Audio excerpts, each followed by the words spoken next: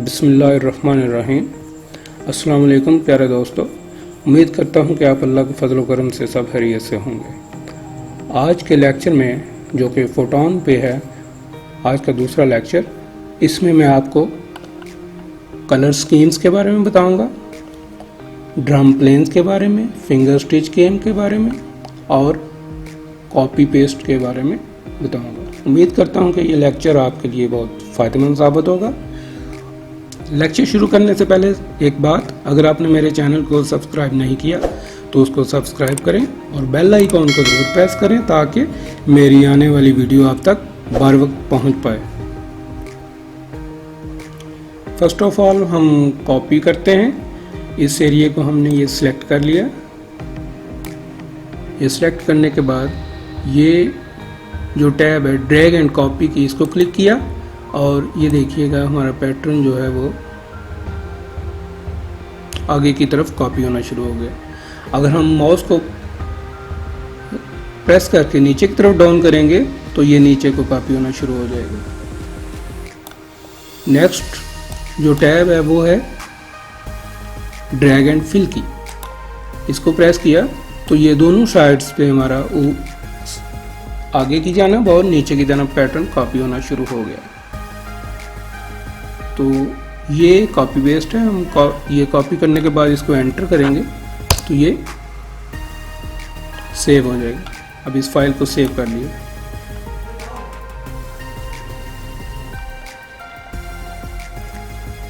इसके साथ ही ये स्ट्रेच पैटर्न की ऑप्शन है, इसको हमने सेलेक्ट किया।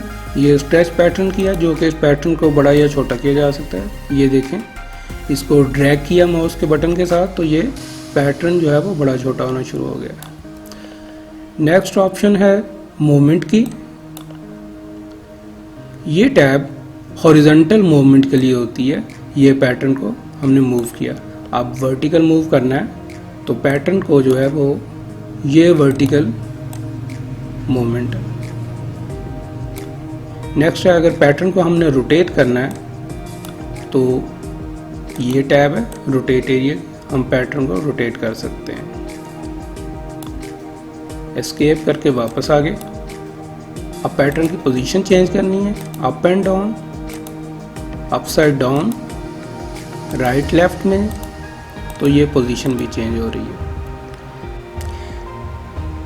दोस्तों नेक्स्ट स्टेप में हम ड्रम प्लेन और finger and stitch game plane को समझेंगे।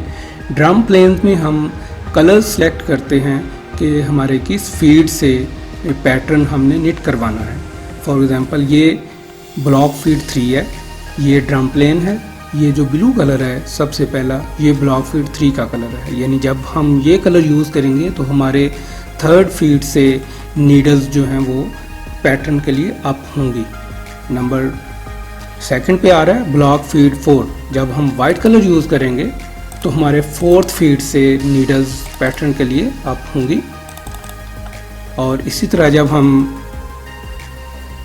ब्लॉक फीड 2 यानी second colour red colour use करेंगे तो हमारे जो हैं वो सेकंड फीड से नीडल्स पैटर्न के लिए अप होंगी, जो कि ड्रम उनको पैटर्न जैक्स को अप करेगा और मीडियम जैक्स के थ्रू नीडल अप होंगी।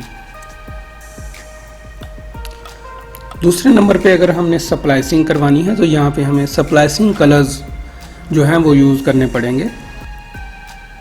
सेकेंडली अगर हमने सप्लाइसिंग करवानी है बॉटम की सॉक्स में या लेग के ऊपर सप्लाइसिंग करनी है एंकल की बैक साइड पे, तो उसके लिए ये हमें ये colour block feed 3 plus background, for example अगर हमने तीसरे फीड से सप्लाइसिंग करवानी है तो ये वाला कलर यूज़ करेंगे। ये साथ लिखा होता है हर कलर के सामने। ये अगर चौथे फीड से सप्लाइसिंग करवानी है तो ये कलर यूज़ करेंगे। तो इस तरह हमारी सप्लाइसिंग जो है जैसे फुट पे सप्लाइसिंग होती है वो की जा सकती है। तो हमने ड्रम और फीड सेलेक्ट कर लिया है कि हमने किस फीड से अपने पैटर्न को निट करवाना है। फॉर एग्जांपल ये फोर्थ फीड है, चौथा फीड है, इससे मैं पैटर्न निट करना चाहता हूँ। तो इसके लिए अब मुझे फिंगर भी सिलेक्ट करनी पड़ेगी। मैं फिंगर प्लेन पे जाऊँगा यहाँ पे और फिर यहाँ से मैं अपने पैटर्न को इंपोर्ट करूँगा। ये इंपोर्ट अदर प्लेन लिखा हुआ है, इसको क्लिक करूँगा और फिनिश के बटन को दबाऊँगा। अब एंटर करूँगा और ये मेरी फिंगर प्लेन के अंदर ये फिंगर सेलेक्ट हो गई है। तो अब फिंगर्स जो है उसको हमने चेंज करना भी है। चेंज यहाँ से कर सकते हैं। फॉर एग्जांपल ये तीसरे फीट की पहली फिंगर है जो कि ब्लू कलर की है, ये तीसरे फीट की दूसरी फिंगर है, ये तीसरे फीट की तीसरी फिंगर है, ये चौथे फीट की पहली फिंगर है। तो हमने ड्रम जो है वो चौथे फीट वाला सेलेक्ट किया था, तो हम चौथे फीट की पहली फिंगर को सिलेक्ट करेंगे।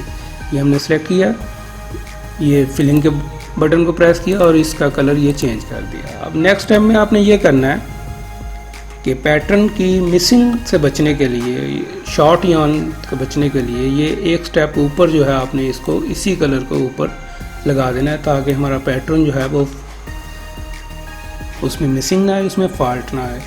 तो इस पैटर्न को हमने सेव कर लिया। मैंने चौथे फीट की पहली फिंगर सेलेक्ट की है। उसके बाद जो रेड कलर है वो चौथे फीट की दूसरी फिंगर है, फिर चौथे फीट की तीसरी फिंगर है, उसके बाद दूसरे फीट की फिंगर 1 है, और ये जो पिंक कलर है ये है दूसरे फीट की फिंगर 2। इस तरह ये हर फिंगर के आगे जो है वो उसका लिखा हुआ है। आप कोई भी फिंगर इसमें सेलेक्ट कर सकते हैं अपने पैटर्न के हिसाब से।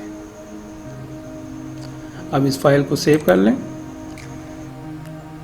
दोस्तों आज के लेक्चर में मैंने आपको पैटर्न को कॉपी पेस्ट करना, उसको मूवमेंट करना और ड्रम या फीट को सिलेक्ट करना और उस फीट के ऊपर फिंगर को सिलेक्ट करने के बारे में बताया है। उम्मीद है कि नेक्स्ट लेक्चर मेरा फोटोन पे लास्ट लेक्चर होगा और उसके बाद हम टेक्निकल प्रोग्रामिंग की तरफ जाएंगे।